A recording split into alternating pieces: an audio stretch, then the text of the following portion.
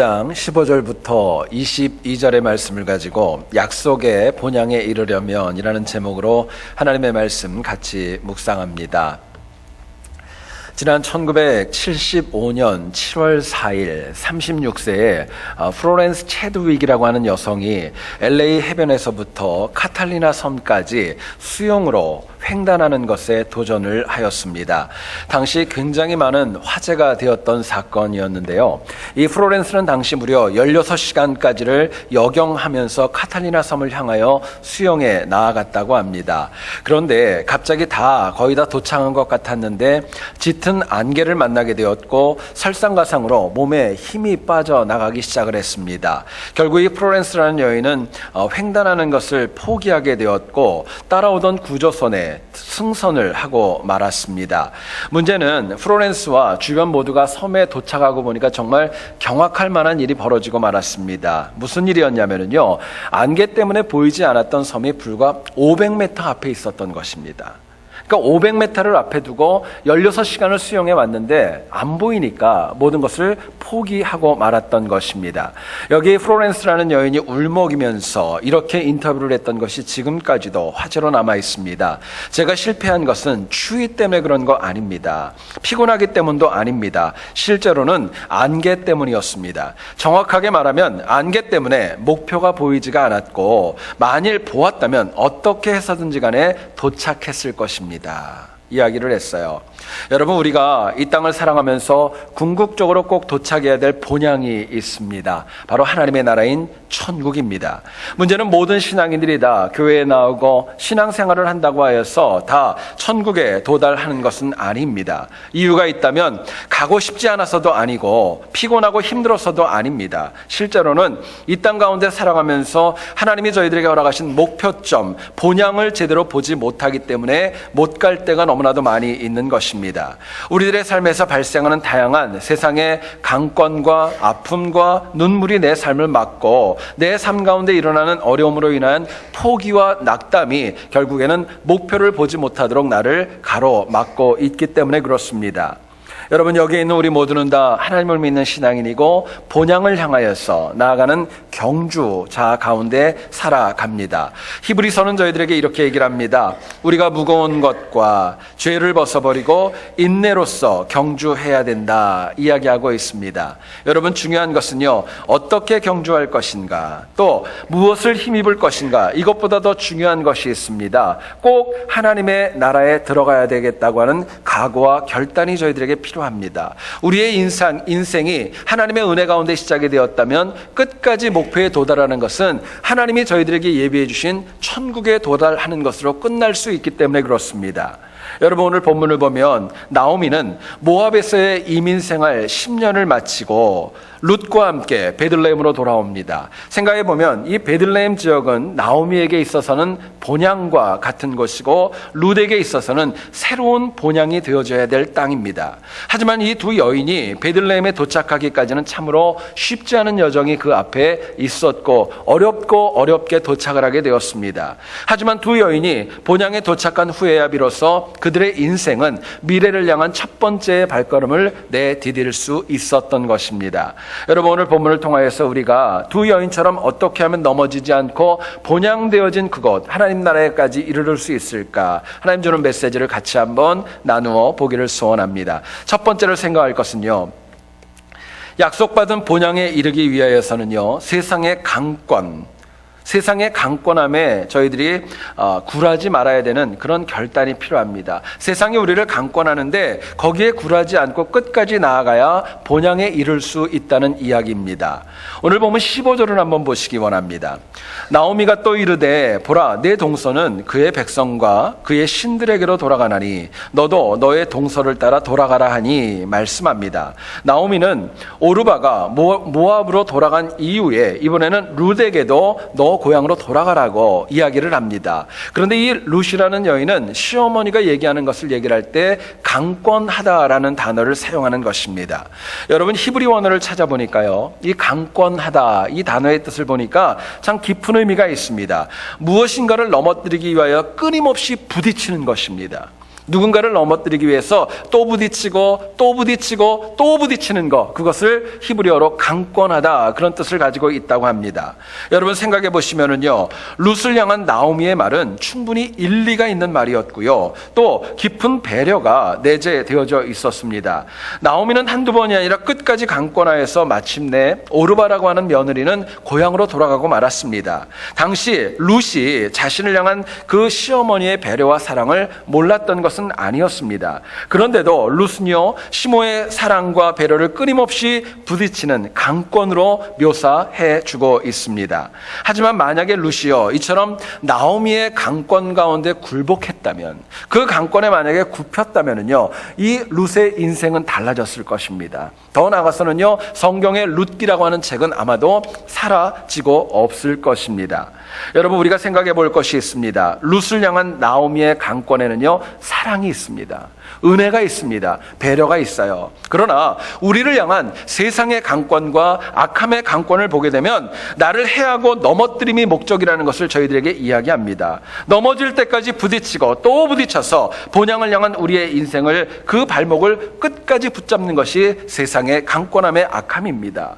실제로 내 삶에서 나의 악한 습관이 나를 붙잡을 때 있죠. 쓴뿌리도 있습니다. 상처와 열등감이 있고 끊어야 될 것이 있고 아집과 고집이 나를 강권할 때가 적지 않은 것입니다. 그래도 너무나도 많은 사람들이 아닌 줄 알면서 이것이 나에게 틀린 것이라는 걸 알고 괴롭고 힘들다는 걸 알매도 불구하고 세상과 악한 영의 강권 가운데 쓰러지고 양보하고 또 그 가운데 굴복하는 경우가 너무나도 많이 있음이 문제입니다. 여러분, 자꾸 강권하면은요, 사람이 거기 따라가는 거예요. 말도 안 되는 것에 따라갈 수도 있는 것입니다. 어떤 의대생이 매번 환자가 오면은 그 환자의 가족 가운데 어떤 병이 있었는지를 물어보지 않아가지고 선배들과 또 교수님에게 매번 꾸중을 들었던 그런 의대생이 있었습니다. 매번 얘기를 합니다. 너는 환자를 만나면 왜 항상 가족력, 병력을 꼭 묻고 그 다음 과정을 해야지 왜 안 물어보냐고 강요하고 또 강권을 했던 것입니다. 어느 날 이분이 병원에 앉아 있는데 환자가 왔어요. 그 환자는 어떤 환자였냐면은 밭에서 일을 하다가 황소뿔에 받쳐가지고 병원에 오게 되었던 것입니다. 근데 너무 이게 강권함을 받고 강요를 받아가지고 그 사람에게 그렇게 첫 번째 질문을 했답니다. 환자에게. 혹시 집안에서 할아버지나 할머니가 황소뿔에 받쳐가지고 병원에 오신 적이 있습니까? 하고 물어보더래요. 여러분, 병력과 가족력이라는 것은 암과 같은 그런 어떤 히스토리를 물어보는 거지 습관을 물어보는 것은 아니지 않습니까? 강권 가운데 사람이 이렇게 변할 수 있다는 거예요. 자, 그렇다면 우리가 어떻게 하면 세상의 강권, 악함의 강권에 굴하지 않고 본향을 향할 수 있겠습니까? 본문은 저희들에게 이렇게 얘기를 합니다. 우리가 하나님과 맺은 믿음의 결단이 흔들리지 말아야 됩니다. 내게 주신 믿음의 결단이 흔들리지 않아야 이 세상 가운데 강권에 넘어지지 않고 본향을 향할 수 있는 것입니다. 17절을 한번 보시죠. 어머니께서 죽으시는 곳에서 나도 죽어 거기 묻힐 것이라. 만일 내가 죽는 일 외에 어머니를 떠나면 여호와께서 내게 벌을 내리시고 더 내리시기를 원하나이다. 이야기합니다. 룻은요, 나오미의 강권에 관하여서 죽음 이외의 것, 그 죽음 외에는 그 어떤 것도 내 의지를 바꿀 수 없고 굳은 의지로 시어머니를 붙잡겠다고 이야기를 했던 것입니다. 이 나오미도 그 의지를 보고 나서 더 이상 말하지 않을 정도로 그 믿음의 결단이 흔들리지 않았던 거예요. 여러분, 과거와 현대신앙의 모두가 다 항상 적지 않은 세상의 강권함에, 그 도전에 직면해 있습니다. 어느 누구도 여기로부터 자유로운 영혼은 없는 겁니다. 그렇기 때문에 모든 영혼들 가운데 그래도요, 세상의 강권이 있고 내 자아가 나를 강권할 때가 있고 악함의 강권에 있다 할지라도 모든 영혼들이 다 쓰러지는 것은 아닙니다. 문제는 나를 향한 강권이 강하고 집요하여 어쩔 수 없다는 핑계, 누구나가 될 수 있는 거예요. 더 중요한 것은 그럼에도 불구하고 내가 얼마나 굳건한 믿음으로 흔들리지 않았는가, 그것을 가지고 있을 때 비로소 하나님 약속하신 본향을 향해 나아갈 수 있는 것입니다. 여러분, 본향에 이른 사람들의 그 인생을 만약에 저희들이 인터뷰할 수 있다면 그분들이 그렇게 얘기할까요? 나에게는 어려움과 아픔이 없어서 너무너무 순탄했기 때문에 여기에 왔다. 아마 그렇게 얘기하지 않을 겁니다. 모두가 다 힘들고 어려운 강권이 있었지만 그들은 믿음 가운데 좌로나 우로나 치우치지 않았던 것입니다. 끝까지 믿음을 지켰고 선한 싸움을 싸웠기 때문에 하나님이 허락하신 본향까지 갈 수 있었던 것입니다. 여러분, 문제는요, 우리가 상황과 처지에 따라서 합리화하고 변명과 핑계로 인하여 너무나도 많이 변한다는 것, 그것이 오늘 우리의 현실이고 아픔입니다. 저희들이 성경을 보면 예레미야 35장에서 하나님께서 예레미야에게 갑작스럽게 이상한 요청을 합니다. 레갑 족속들을 불러다가 그들에게 포도주를 먹이라는 거예요.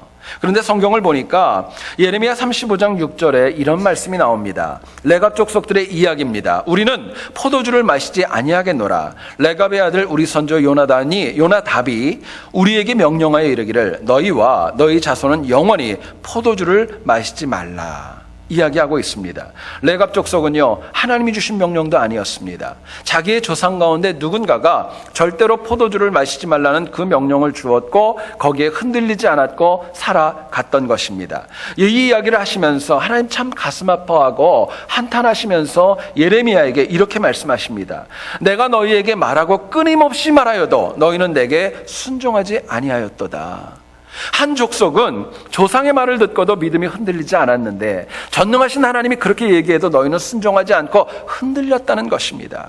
그러면서 레갑 족속을 향하여 하나님께서 예레미야 35장 19절에서 이렇게 복을 내려주십니다. 레갑의 아들 요나답에게서 내 앞에 설 사람이 영원히 끊어지지 아니하리라. 하나님 주시는 복이 있었고 본향을 향한 약속이 있었던 것입니다. 여러분, 레갑 족속은요, 조상이 말한 것에 흔들리지 않음으로 인하여서 하나님 주시는 본향을 약속받을 수 있었던 거예요. 자, 그렇다면 전능하신 하나님께서 내 인생 가운데 주신 말씀, 내 은혜, 나에게 주셨던 권능을 내가 흔들리지 않고 지켜나갈 때 받을 수 있는 은혜가 얼마나 크고 깊겠습니까? 여러분, 세상 어느 누구도 흔들리지 않는 영혼은 없습니다. 더 나아가서는요, 어느 누구도 계속 성장만 하는 직선 인생을 사는 인생도 사실은 없습니다. 하나님께서 우리에게 좌우로 치우치지 말고 믿음의 길을 걸어가라고 할 때 하늘의 상급과 은혜가 있기 때문에 저희들에게 권면하고 강조하는 것입니다.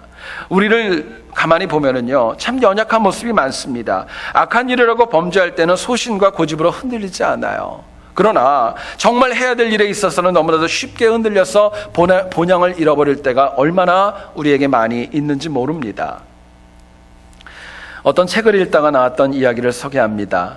어떤 학교에서 성탄절 연극을 준비하면서 교사가 랄프라고 하는 그 이름을 가진 아이에게 어떤 역할을 주어야 될까 고민을 하게 되었습니다. 이 랄프라는 어린이는 말을 좀 더듬었고요, 생각하는 것도 조금 다른 친구들보다 늦었기 때문에 마땅한 배역을 준다는 것이 참으로 쉽지 않았던 것입니다. 고민하고 고민한 끝에 선생님께서 랄프에게 어떤 역을 주셨냐면요, 베들레헴에 있는 여인숙의 주인 역할을 주었던 것입니다. 이 여인숙 주인은요, 다른 말 많이 할 건 없었습니다. 딱 한마디만 하면 됐었어요. 방이 없어요. 방이 없습니다. 이 말만 외우면 되었기 때문에 어렵지 않을 거라고 생각을 하고 랄프에게 그 역할을 맡겼던 것입니다. 많은 연습을 했고요. 연극 당일날이 되었습니다. 그것이 시작되어져서 많은 관객들 앞에서 이제 랄프가 대사를 해야 될 시간이 되었습니다. 그 전에 먼저 요셉이 여관 주인이었던 랄프에게 사정하면서 부탁하기 시작을 합니다. 제발 부탁입니다. 이 추운데 어디를 가란 말입니까? 아기가 나올 것 같아요. 방 하나만 좀 주세요. 우리 아내 좀 불쌍히 여겨주세요. 꼭 좀 부탁드립니다. 이야기를 했습니다. 그러자 이 아이가 떠듬떠듬하면서 얘기를 했습니다. 방이 없어요.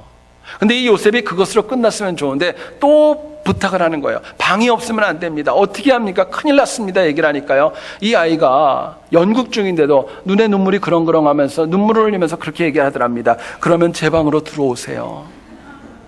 그러면 제 방으로 들어오세요. 여러분, 어떻게 생각하십니까? 저는요, 개인적으로 그 글을 읽다가 눈물이 났어요. 너무 감동이 됐습니다. 연극은 망가졌습니다. 그러나 많은 이들이 랄프의 그 대사에 엄청난 감동을 얻게 되었던 것입니다.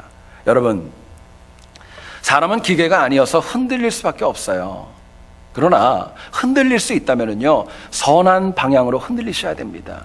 악한 방향이 아니라 선한 방향으로 흔들리셔야 돼요. 죽이지 않고 살리는 방향으로 흔들리셔야 되고, 넘어뜨리지 않고 격려하고 세우는 방향으로 흔들려야 하나님 기뻐하시는 것입니다. 그럴 때 하나님이 우리에게 주신 본향에 이르르는 은혜를 받을 수 있는 것입니다.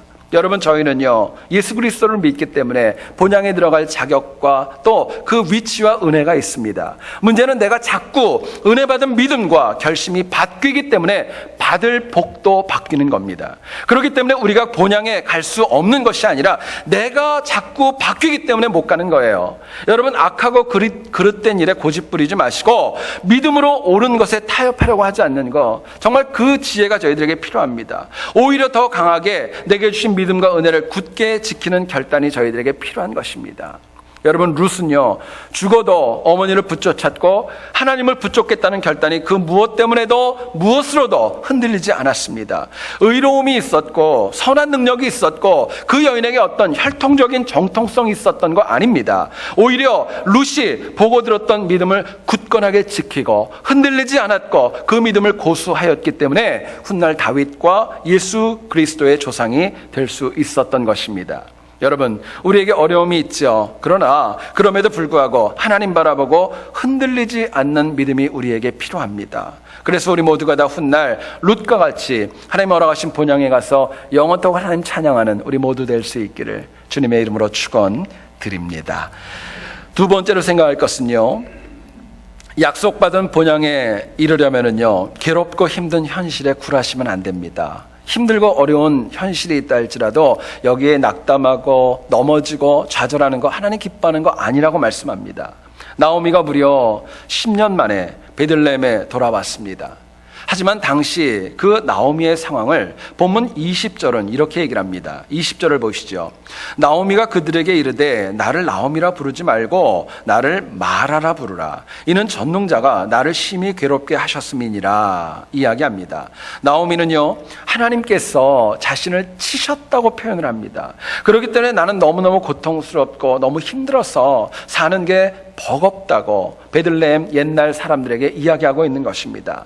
여러분, 말씀을 묵상하면서 참 그럴 수 있겠다 생각을 해봤어요. 생각을 해보시죠. 가지고 갔던 재산 다 잃어버리고 빈털터리가 되어 돌아왔습니다.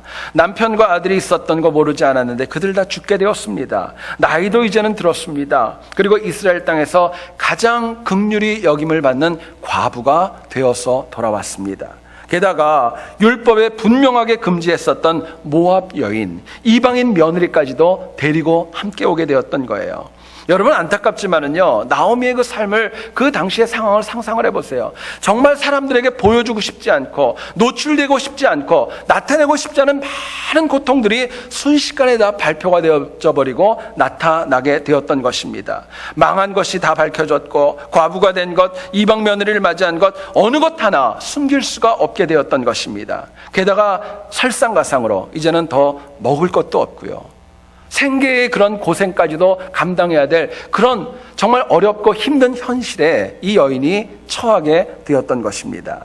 여러분, 우리가 이 땅을 살아갈 때 때로는 나오미처럼 보이고 싶지 않은 상처와 아픔이 우리들에게 분명히 있습니다. 뿐만 아니라 내가 감당할 수 없는 고난도 우리에게 분명히 있는 것입니다. 우리 마음 가운데 여러분, 그런 한탄을 해보신 적은 없습니까? 어쩌면 안 돼도 이렇게까지 안 될까? 왜 나는 이렇게 힘들까? 남들은 다 순탄하게 풀리는데 왜 나는 이렇게 안 될까? 세상과 하나님이 원망스러울 때 살다 보면 있을 수 있는 거예요. 근데 여러분, 더 중요한 것이 있습니다. 아직 끝나지 않았기 때문에 끝난 것은 아닙니다.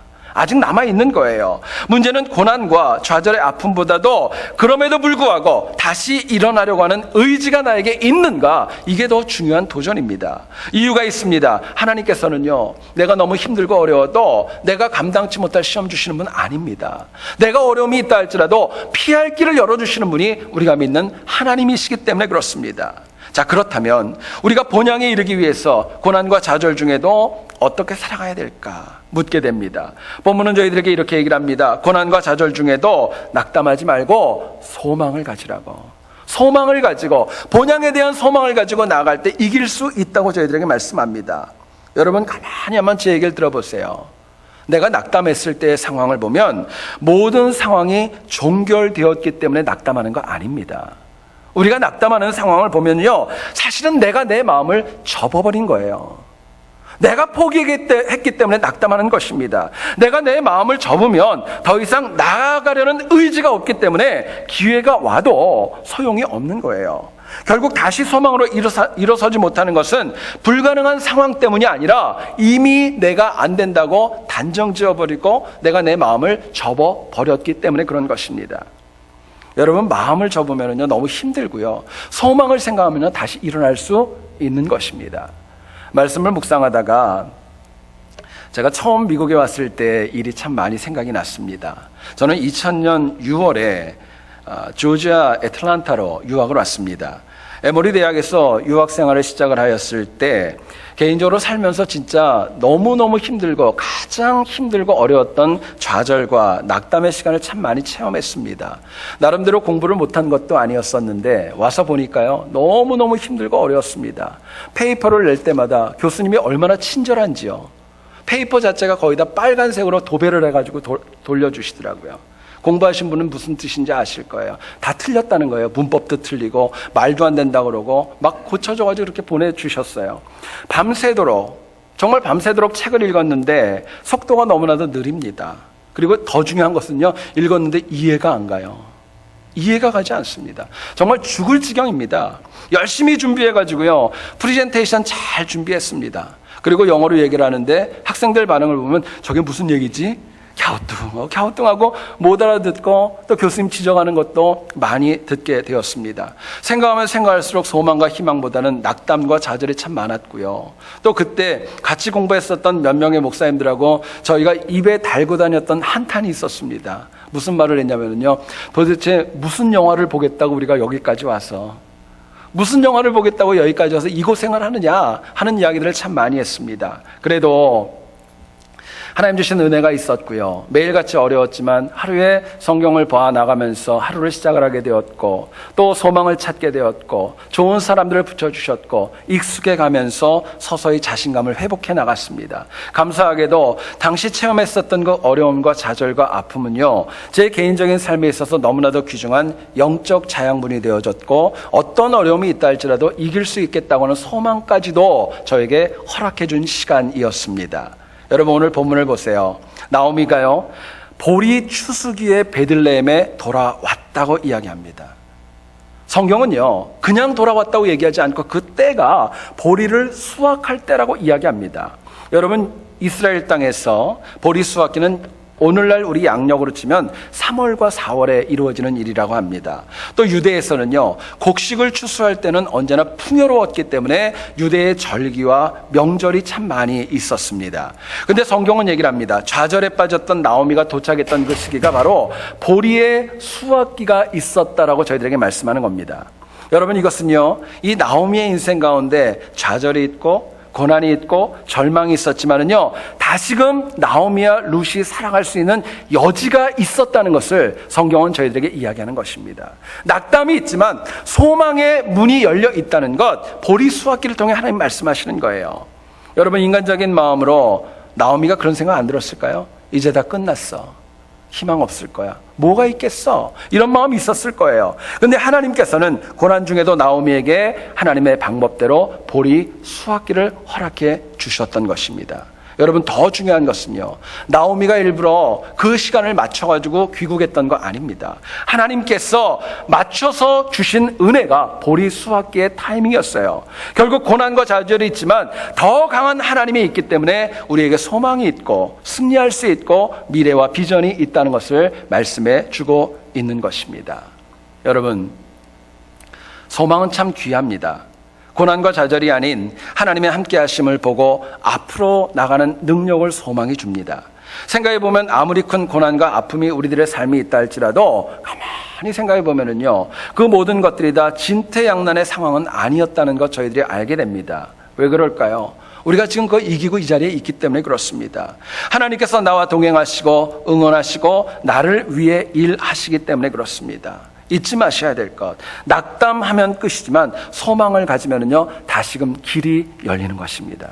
소망을 가지시면은요, 하나님 주시는 보리 수확기의 타이밍과 그런 사람을 나에게 붙여주시는 거예요. 그러나 낙담은요, 내 앞에 있는 길과 기회를 못 보게 합니다. 부정적인 것만 보게 하는 거예요. 낙담은 그동안 주신 하나님의 은혜 다 잊어버리고 하나님은 없다고 망각하게 만들어 갑니다.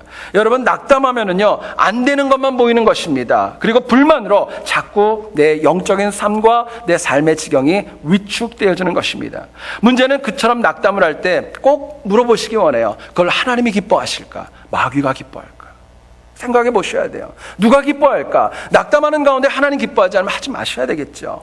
성경을 보면은요, 헤롯 아그리파 1세가 사도 야고보를 죽이고 유대인들이 굉장히 좋아하자 베드로를 죽일 계획을 세우죠. 체포된 베드로는 4명의 군사들에게 감시를 당하면서 곧 죽을 운명에 처하게 됩니다. 근데 성경은요, 그 당시에 있었던 일 2가지를 강하게 저희들에게 이야기합니다. 하나는요, 교회가 베드로를 위하여 간절히 중보 기도했다고 이야기합니다. 또 한 가지는 베드로가요, 하나님을 철저하게 의지하고 잠을 잤다고 얘기를 합니다. 생각해 보시죠. 교회의 경우 베드로가 죽고 리더를 잃어버리면 낙담할 수밖에 없었지만 그렇지 않았다는 겁니다. 베드로 자신도 내일 죽을 수밖에 없는 그런 상황이지만 하나님 의지하고 편하게 잘 수 있었던 것입니다. 이유가 있었습니다. 하나님의 일하심을 믿었고 소망을 잃어버리지 않았기 때문에 교회와 베드로의 인생이 바뀔 수 있었던 거예요. 그리 아니하실지라도 승리할 수 있다는 확고한 믿음과 소망이 그 삶과 교회에 충만했기 때문이었습니다. 여러분, 사람은 누구나가 다 낙담할 수 있습니다. 여러분들 가운데 낙담을 해본 적이 없다, 아마 그렇게 얘기할 분은 없을 거예요. 그러나 낙담할 수 있지만 소망은 믿음을 가진 영혼만이 가질 수 있는 특권임을 잊지 말아야 됩니다. 소망은 본향이 있다는 확신이 있고 이것이 끝이 아님을 아는 하늘의 은혜가 채워질 때 가질 수 있는 것이 소망입니다.